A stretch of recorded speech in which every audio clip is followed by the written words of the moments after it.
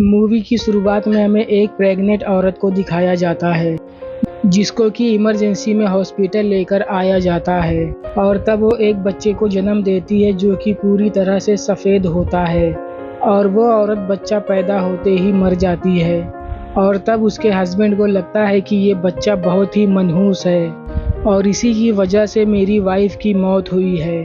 और वो बच्चे को हॉस्पिटल में ही छोड़कर वहाँ से चला जाता है। और फिर हमें कुछ साल बाद की कहानी दिखाई जाती है जहाँ पर एक आदमी की मौत हो चुकी होती है और वहाँ पर पुलिस आती है इंक्वायरी करने के लिए और इंक्वायरी करते करते वहाँ पर एक ऑफिसर जिसका नाम डार्क होता है उसे एक बेसमेंट का दरवाज़ा मिलता है और तब वो अपने साथी जessica के साथ उस बेसमेंट में जाता है और वहाँ पर उनको एक लड़का मिलता है जो कि पूरी तरह से सफ़ेद होता है और उसके पूरे शरीर पर एक भी बाल नहीं होते।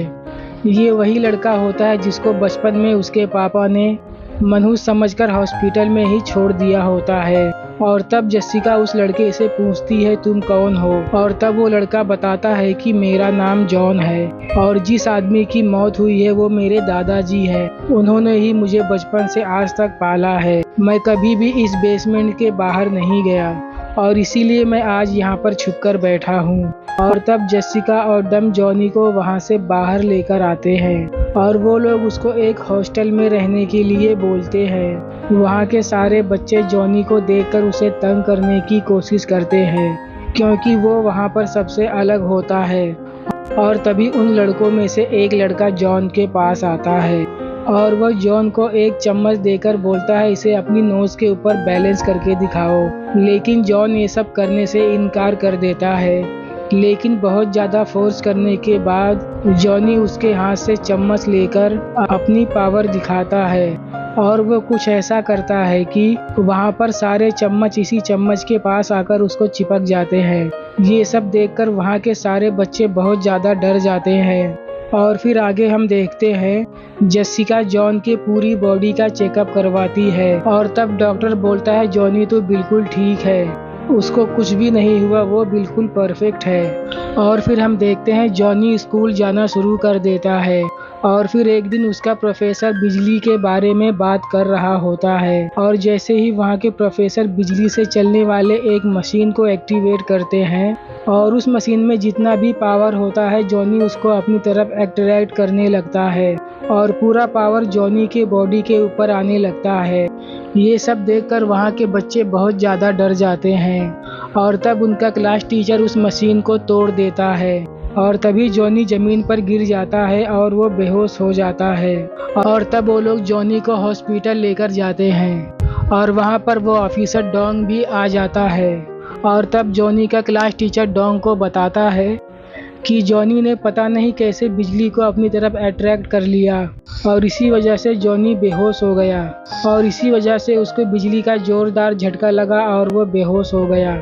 और हम लोग उसको हॉस्पिटल लेकर आए हैं। ये सुनकर डोंग जॉनी से मिलने के लिए जाता है लेकिन जॉनी वहाँ से पहले ही जा चुका होता है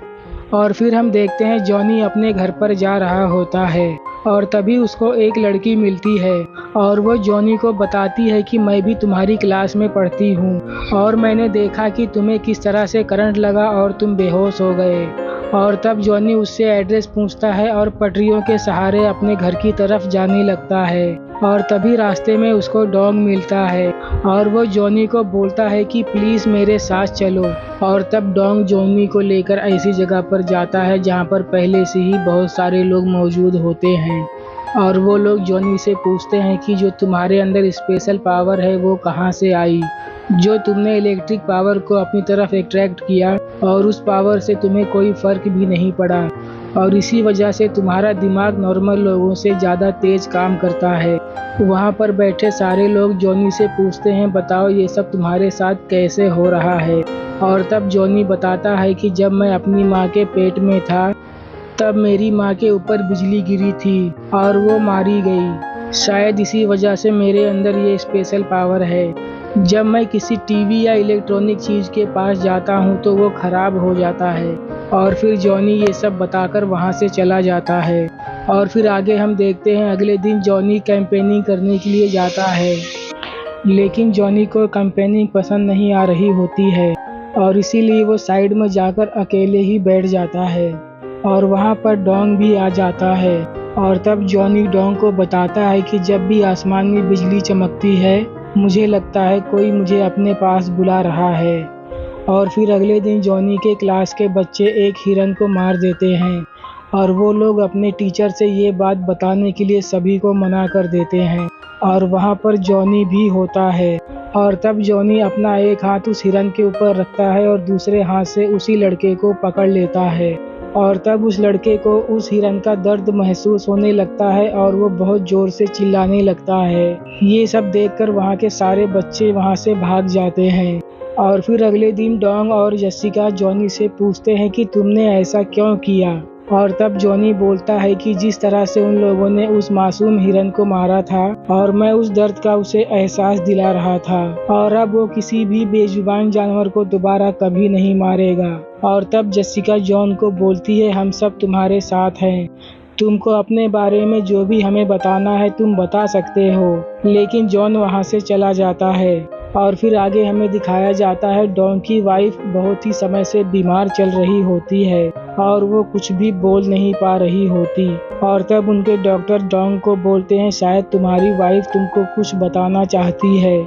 इसीलिए ना वो मर पा रही है और ना ही वो जिंदा हो पा रही है। ये सुनकर डोंग को आइडिया आता है। तब वो जॉनी को अपने वाइफ के पास लेकर आता है और तब जॉनी डोंग की वाइफ के सर के ऊपर हाथ रखता है और वो उसके मन की बातों को पढ़ने लगता है और वो डोंग को बताता है कि आपकी वाइफ चाहती है कि आप अपने बेटे को माफ़ कर दें और आप अपने बेटे के साथ खुशी खुशी रहने लगें। और तभी हम देखते हैं डोंग का बेटा घर पर आता है और तब डोंग अपने बेटे को माफ़ कर देता है और उसको गले लगा लेता है और तब डोंग की वाइफ मर जाती है। और फिर अगले सीन में हमें दिखाया जाता है जॉनी उसी लड़की के साथ गार्डन में बैठा हुआ होता है जो उसके क्लास में पढ़ती है और जॉनी उस लड़की को बताता है कि मैं बचपन से ही एक कमरे में बंद रहता था और मैं कभी भी उस कमरे से बाहर नहीं निकला और इसीलिए मैं बाकी लोगों से घुल मिल नहीं पाता। लेकिन वो लड़की जॉनी को पसंद करने लगती है और तभी वो लड़की और जॉनी किस करने के लिए आगे बढ़ते हैं, लेकिन तभी लड़की के पापा वहाँ पर आ जाते हैं और वो जॉनी को मारने ही वाले होते हैं, लेकिन तभी जेसिका आकर उसको बचा लेती है। ये सब होने के बाद जॉनी को बहुत बुरा लगता है और तभी जॉनी के क्लास का एक लड़का उसको देख लेता है और वो फिर से जॉनी को परेशान करने लगता है। और तब जॉनी उससे बार बार रिक्वेस्ट करता है कि प्लीज़ मुझे परेशान मत करो,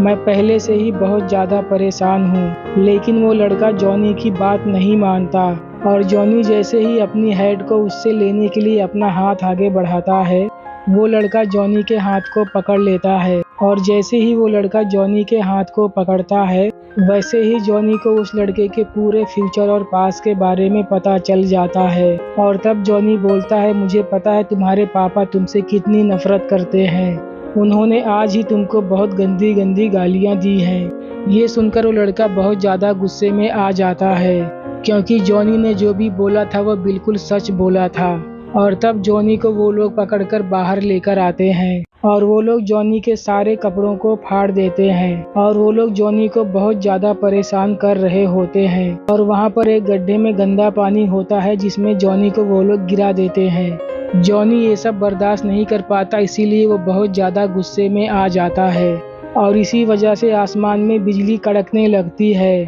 और एक बिजली वहाँ पर खड़े सभी बच्चों के ऊपर गिर जाती है, जिससे जॉनी को तो कुछ भी नहीं होता लेकिन वहाँ पर बाकी बच्चे बहुत ज़्यादा घायल हो जाते हैं और वो लड़का जो जॉनी को परेशान कर रहा होता है वो मर जाता है। लेकिन जॉनी उसको अपने छोटे छोटे बिजली के झटके देकर फिर से जिंदा कर देता है और फिर जॉनी अपना सारा सामान पैक करके अपने दादाजी के घर पर जाता है और वो उसी बेसमेंट में जाकर अकेले बैठ जाता है। और तभी वहाँ पर जेसिका आती है और वो जॉनी को रोता हुआ देखकर गले लगा लेती है और वो उसको बोलती है कि तुम रोना बंद करो, अब हम तुम्हें ऐसी जगह लेकर जाएंगे जहाँ पर तुमको कोई भी परेशान नहीं करेगा। और तब जेसिका जॉन को लेकर घर से बाहर आती है और वहाँ पर पुलिस वाले भी आ जाते हैं जॉन को गिरफ्तार करने के लिए, क्योंकि उसकी वजह से बहुत सारे बच्चे घायल हुए थे। और तभी वहाँ पर होंग आ जाता है और वो जॉनी को गिरफ्तार होने से बचा लेता है। और तब जॉनी फिर से बहुत ज़्यादा उदास हो जाता है और इसी वजह से फिर से मौसम चेंज होने लगता है और आसमान में फिर से बिजली कड़कने लगती है। और तब जॉनी जोर से उस बिजली के पीछे भागने लगता है और तभी जॉनी के ऊपर फिर से बिजली गिरती है और जॉनी भागते भागते गायब हो जाता है। ये देखकर जेसिका और होंग समझ जाते हैं कि शायद जॉनी अपनी दुनिया में चला गया जहाँ पर उसको जाना था, और यहीं पर ये मूवी ख़त्म हो जाती है। अगर आप लोगों को एक्सप्लेनिंग अच्छी लगी हो तो प्लीज़ इस चैनल को लाइक एंड सब्सक्राइब करो। तो मिलते हैं नेक्स्ट वीडियो के साथ, तब तक के लिए गुड बाय।